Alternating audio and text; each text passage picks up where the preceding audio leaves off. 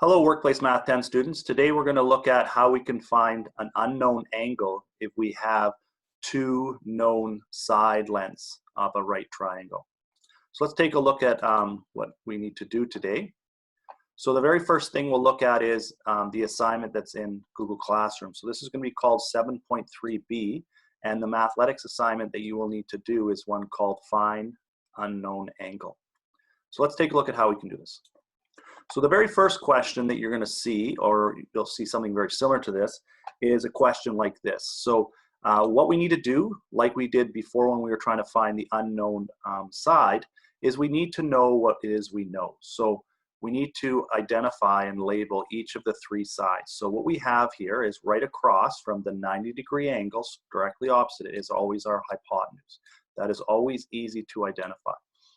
And then directly opposite the angle theta that we're looking for, right opposite this is always the opposite side. So this is what we call the opposite side. And then the other side is adjacent.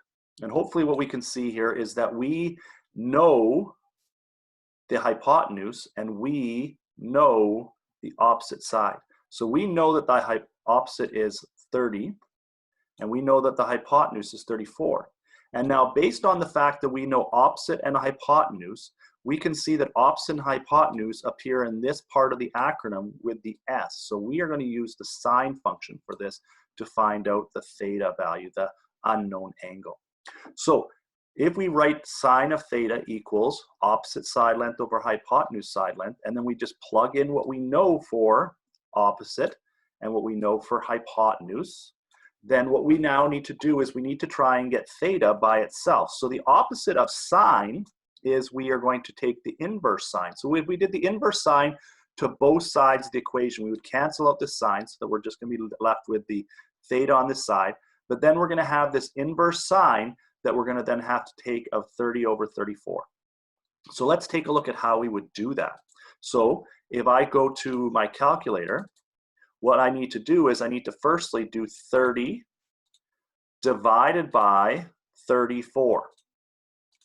And once I have that, I can press the equal sign, and then I have to take the inverse here of the sine. So we're going to see that it's not sine anymore, but sine of -1, or the inverse sine. And so when we get this, we can see that our answer should be 61.9275.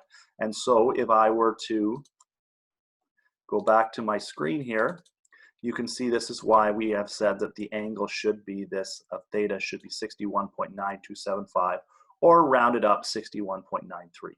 So let's just take a quick look at how we can do that using a different type of looking calculator. So this might look a little bit more like your iPhone then, but basically what we need to do here is we need to go 30 divided by 34, hit the equal sign, and then we're going to take the second function so that we have not sine, but sine inverse, or sine -1. And then when we get this, we will get that same value, 61.9275, and we will know how to get the answer. So that one we needed to use the sine function. So let's take a look at another question here. So this question here, what we need to do is we need to, once again, identify each of the sides. So once again, the easiest side to identify always is the one that's directly opposite the 90-degree angle. That's always the hypotenuse. Then we have to look to see what theta is. Theta is right here, so the opposite of that angle, the opposite of the theta angle, is the opposite side. And then the other side that we have is the adjacent side. So in this particular case, what we do know is we know adjacent, and we do know hypotenuse. So we know that adjacent is 5 and that the hypotenuse is 13. So once again, if we look at this SOHCAHTOA acronym, the one that has A and H in it is the C. In other words, the cosine. So that's why we're going to figure out cosine of theta, because cosine is adjacent side length over hypotenuse side length. So then we just substitute in what we know, which is 5 for adjacent and 13 for hypotenuse. And once again, to get this theta by itself, if we want to separate this off, we have to do the opposite of cosine, which is the cosine inverse. So that's why we would have the cosine inverse on this side, and it would be canceled out of this side. So we're going to have to figure out the inverse of cosine of 5 of 13. So let's take a look using the calculator how we can solve for that. So we need to clear this off here, and then we are going to take the 5 divided by 13, press the equal sign, and then we're going to take the inverse, and in this case we're using the cosine. So once again, it's not cosine we're using, but cosine -1. So we have to press the inverse to get that. When we do that, we're going to get an angle of 67.3801. So if I were to go back to my main screen here, that's why we get this theta angle of this, which when we round is going to be 67.38 degrees. Hopefully that makes sense to you. So let's take a look at the last example here. And not surprisingly, this one we're going to be using tan. But how do we know that we need to use tan? Well, because once again, we identify each of the 3 sides. So right across from the 90-degree angle is the hypotenuse. And then right across from the theta angle that we're looking for is the opposite. So that's the opposite side. And then the leftover one is the adjacent. And now the 2 sides that we actually know are, we know opposite and we know adjacent. And so the opposite is 40 and the adjacent is 9. And now when we look at this acronym, SOHCAHTOA, the one that has the O and the A in it is the tan function.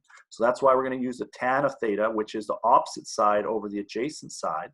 And I'm just going to then substitute in what I know. So opposite is 40, adjacent is 9, and then I'm going to take the inverse of the tan of 40 over 9 to solve for this. So once again, using my calculator, I would put in 40 divided by 9, hit the equal sign, and then I'm going to take the inverse of tan.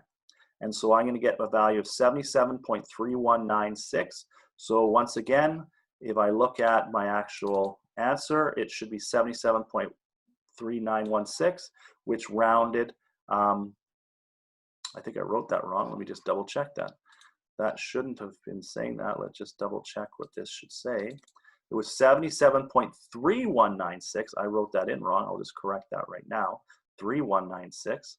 So let's just fix that in here. 73.3196. So that should be 3196. And so that is going to round up to 77.32 degrees. So hopefully that all makes sense to you. Let's just take a look quickly at how we could do that using this type of calculator. So we would go 40 divided by 9, and then we would take the second function, which I already had on, so it's got to be lightened up. So it's just the inverse tan, and then I get the 77.3196, which is our value that we have here. So that's it for today. Thanks for watching, and once again, if you have any questions, please do not hesitate to email me. Thanks.